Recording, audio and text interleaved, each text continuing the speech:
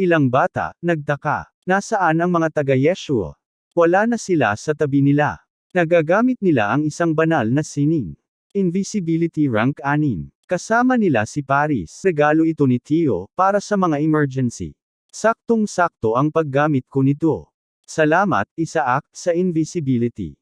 Wala yon. Risk hinagis niya ang isang bagay kay Paris, nakita niya ang isang singsing na nagsasabing dapat niya itong ibigay sa kanya dahil hindi siya sanay sa pakikipaglaban sa mga demonyo.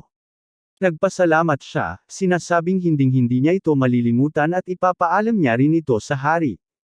Ngunit bigla siyang nagsimulang mawala ng lahat ng kanyang banal na kapangyarihan sa loob lamang ng ilang saglit.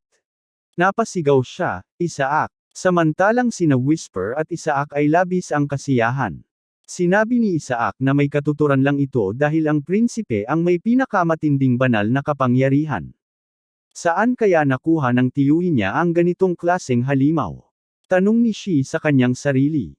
Samantala, sinimulan na ng mga bata ang pag-aayos ng kanilang depensa. Napagkasunduan nilang dapat silang magsama-sama sa iisang lugar at gumamit ng banal na depensibong sining. Isang bata ang nagpresentang gagamit nito, ngunit sinabi ng isa pa na pamwesto sila sa likuran niya. Dumating ang mga gatekeeper na may dalang pag-atake, sabay sabing, tanggapin ninyo ang inyong parusa. Pero agad nagtayo ng harang ang bata, sinasabing umatake na ang isa pa habang inihahanda niya ang kanyang banal na renin. Ngunit sa halip na magawa niya ito, bigla na lamang siyang bumagsak ng diretso sa sahig. Nagtaka ang isa pang bata kung anong nangyayari. Pero alam natin ang sagot, naubos ang lahat ng kanyang banal na kapangyarihan dahil sa singsing.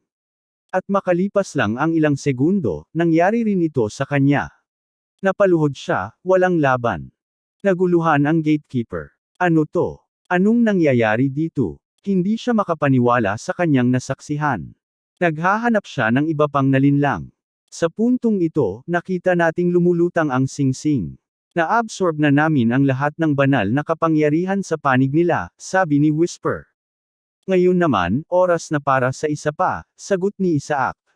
Habang naglalaban ang mga bata at ang gatekeeper, isa-isa silang bumagsak. Sinabi ni Isaac, sana naman hindi sila masyadong masaktan, habang ang nakamamatay na manika ay tumigil sa pag-atake sa mga nahulog na. Mas mabuting kunin na lang ang buong banal na kapangyarihan nila at mawalan sila ng malay, kaysa masaktan pa sila ng husto. Halos tapos na ako, sabi ni Whisper, habang isang napakalaking pag-atake ang inihahanda. Sa isang iglap, nakita nating tinamaan ang halimaw ng nakakakilabot na kidlat. Nagulat si Whisper, nadamay siya sa pag-atake at tumilapon siya sa sahig. Isang pamilyar na tinig ang narinig, sa wakas, natagpuan na rin kita. Walang iba kundi si Kina ang dumating. Napangiti si Isaac. Aba, iniisip ko kung nasaan ka na. Yun pala, nandito ka lang. Sinabi ni Shi na si Kina ay laging tinatawag na isang henyo, pero ang batang ito ay ibang klase. Ang makapagpatawag ng isang banal na espiritu sa ganitong edad, ibang antas to. Iba ang pagiging bihasa sa banal na sining kaysa dito. Sinabi naman ni Kina na nagulat siya na may isa pang taong kayang talunin ang isang demonyo. O baka naman, inilagay niya lang ang mga bata sa isang patibong, gaya ng ginawa niya sa unang silid. Ngunit bumangon ang mga bata at mariing itinanggi ito. Hindi. Si Isaac ang tumulong sa amin habang ginagawa namin ang pagsubok. Siya pa nga ang nagsabi kung saan kami dadaan para makaligtas. Napailing si Isaac. Mga siraulo yata ang mga batang to. Sumang-ayon pa si Whisper, mukhang may Stockholm Syndrome na sila. Tumingin si Kina sa kanila. Ano raw?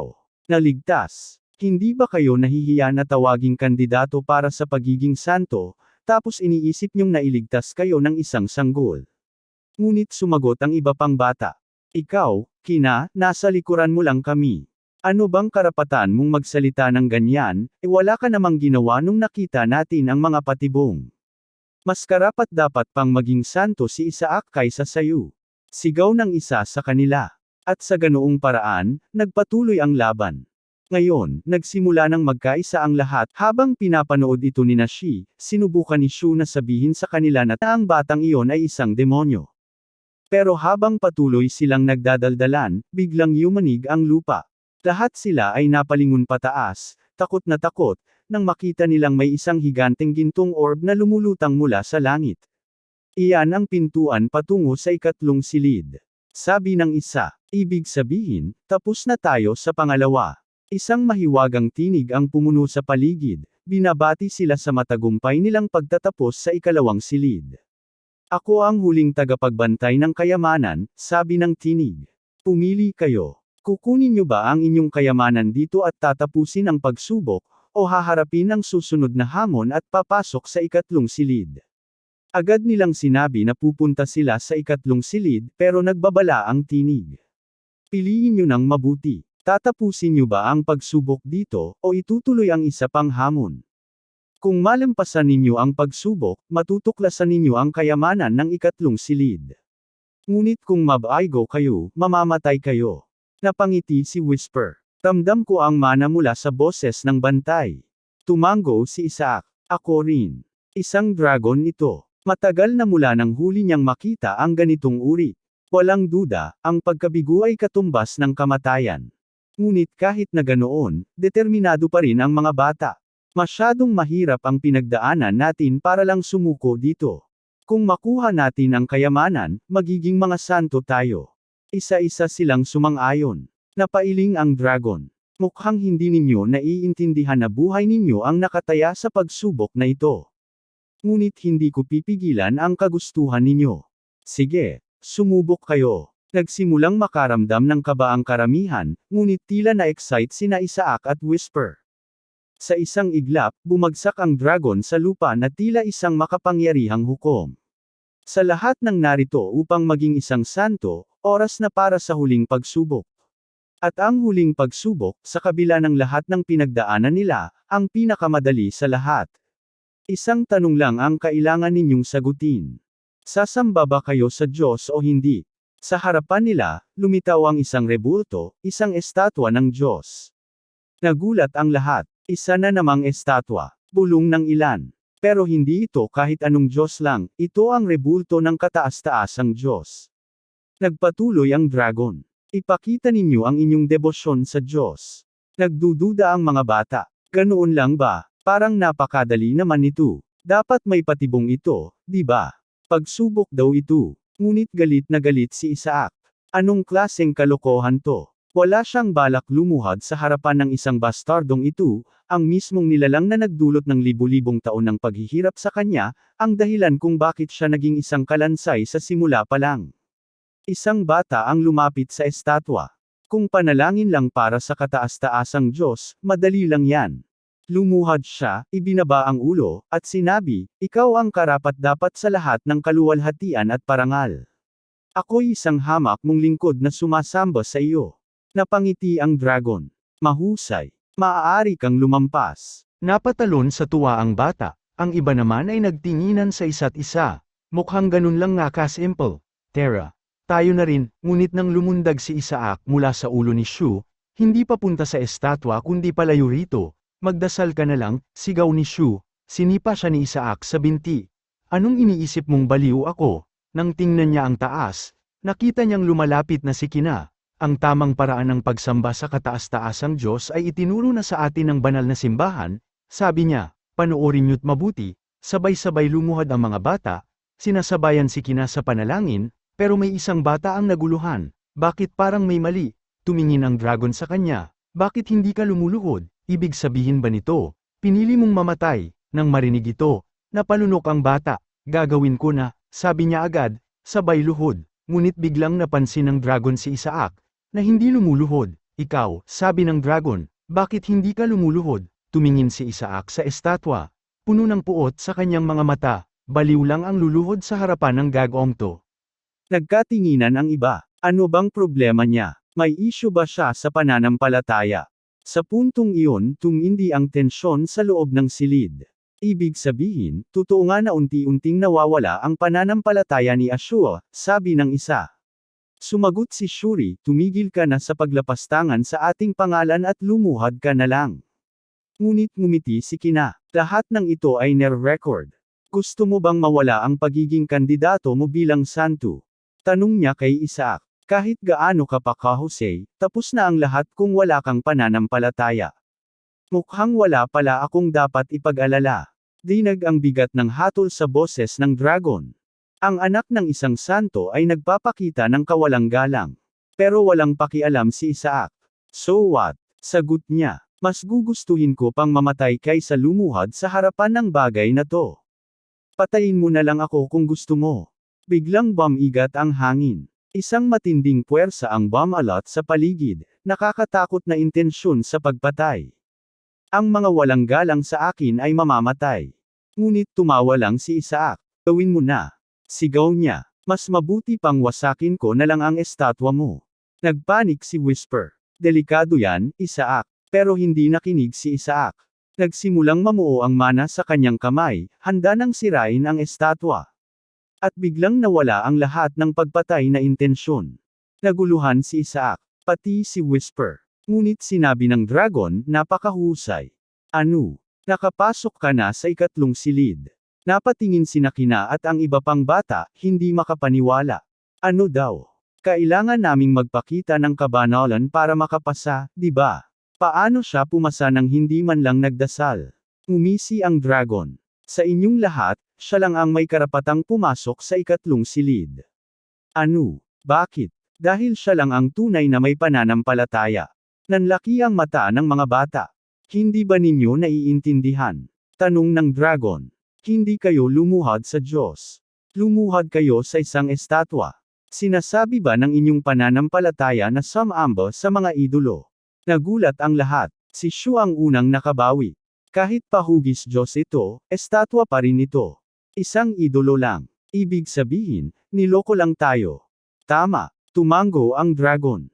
Basahin ninyong mabuti ang inyong mga banal na kasulatan.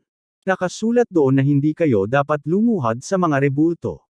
Dahan-daang bumalot ang kamalayan sa kanila. Tama nga, may mga teksto ngang nagsasabing hindi dapat lumuhad sa mga estatwa. Kaya tandaan ninyo si Isaac, sabi ng dragon. Kahit nasa bingit ng kamatayan, hindi niya ipinagkanulo ang kanyang pananampalataya.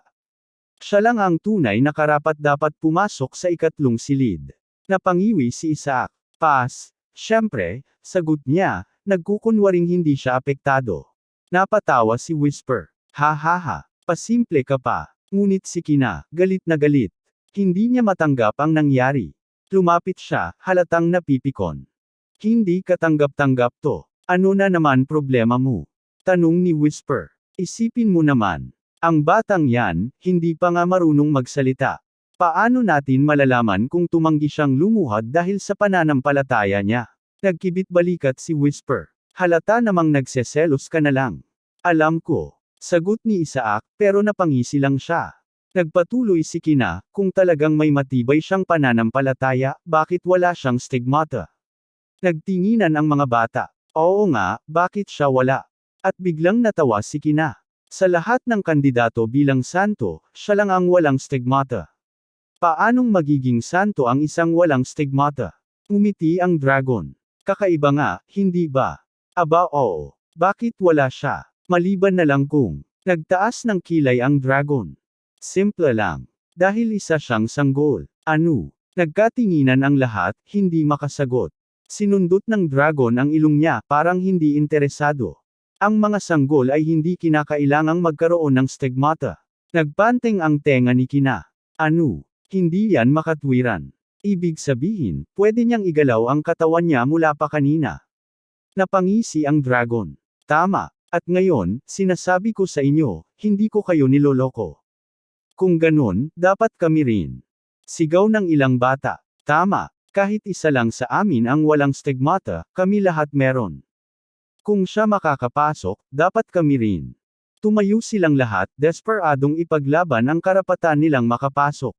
Ngunit ngumiti lang ang dragon, habang unti-unting lumalawak ang kanyang anino sa paligid nila.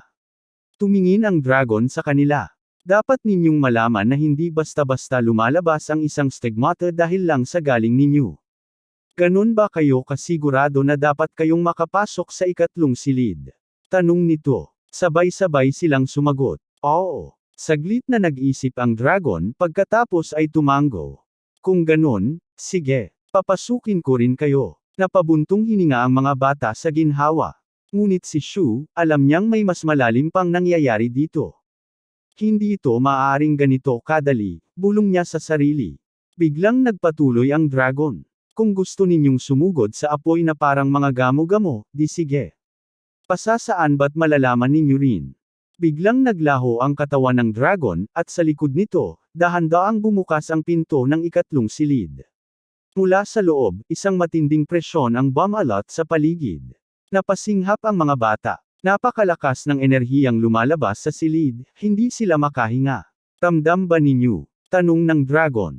Ang demonyong enerhiyang bumabalot sa katawan ng Skeleton King.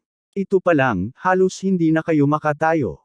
Nanginginig ang iba. Napakatindi ng lakas na bumabalot sa lugar. Nagpatuloy ang dragon. Isa na sanang awa ang hindi ko kayo papasukin, pero, pinili ninyong ipilit ang sarili ninyo. Habang ang iba ay takot na takot, si Isaac biglang napangiti. Ito na yon, bulong niya, nakatingin sa loob ng silid, namimalag ang mata sa kasabikan. Napakalapit na ng katawan ko, matatanggap ko na ulit ang lahat ng aking kapangyarihan. Dahan-daang tumulo ang laway niya habang pinagmamasdan ang tumatagas na mana mula sa silid.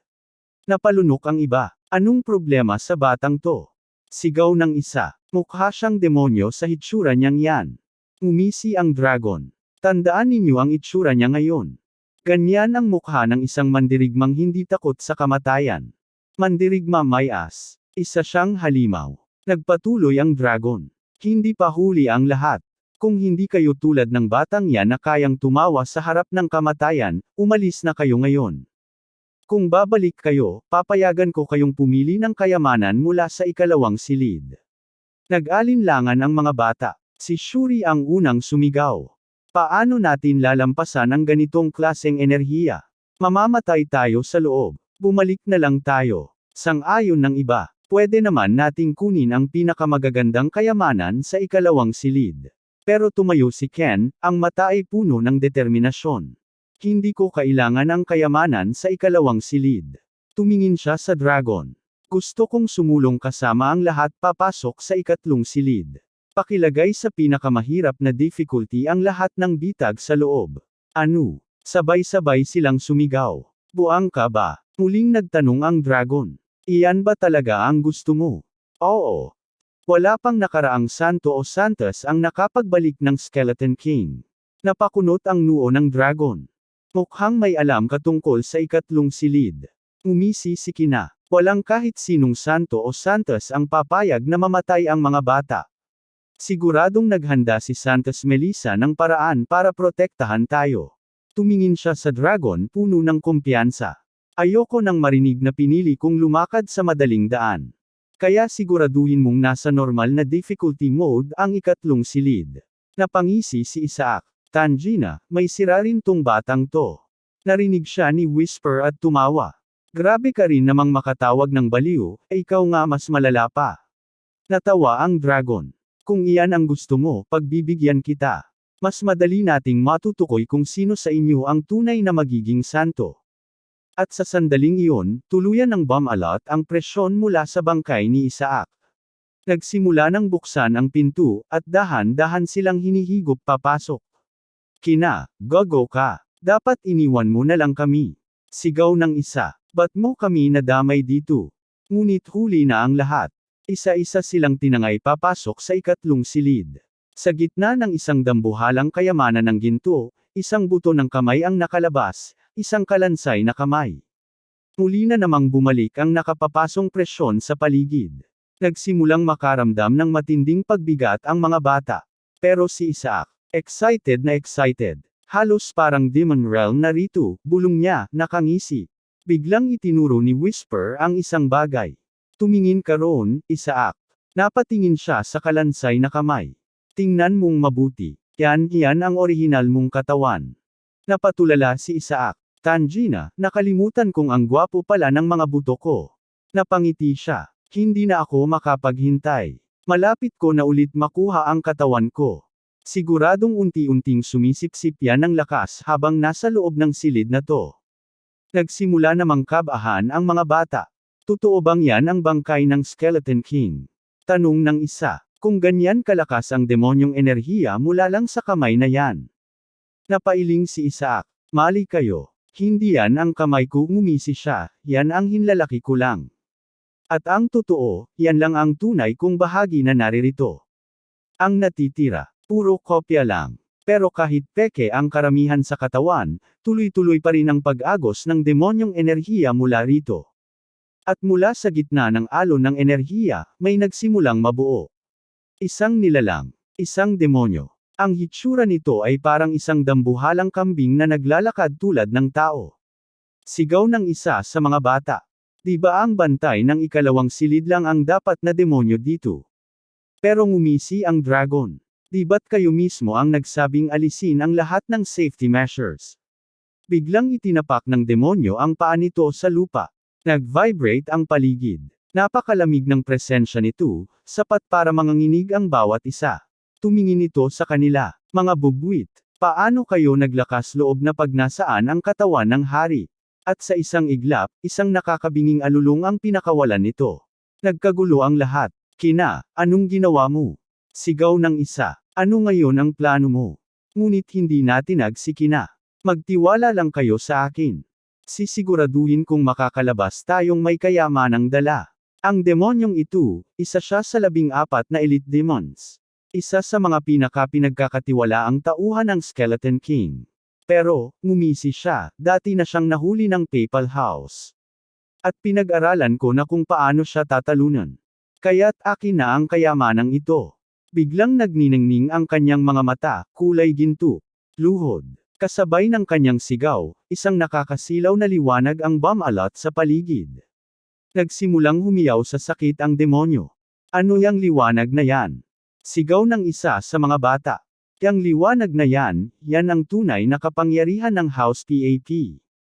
Napangisi si Kina. Ayos. Kukunin ko na lang ang kamay ng Skeleton King at, biglang, isang malamig na tinig ang bumangon mula sa demonyo.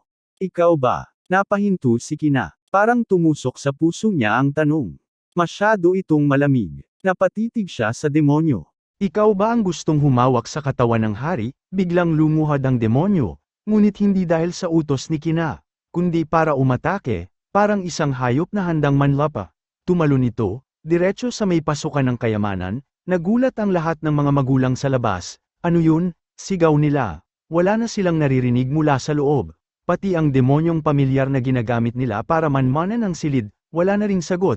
Isa itong trahedya, bulong ng isang lalaki, ang demonyong nakasil sa ikatlong silid, napakawalan na.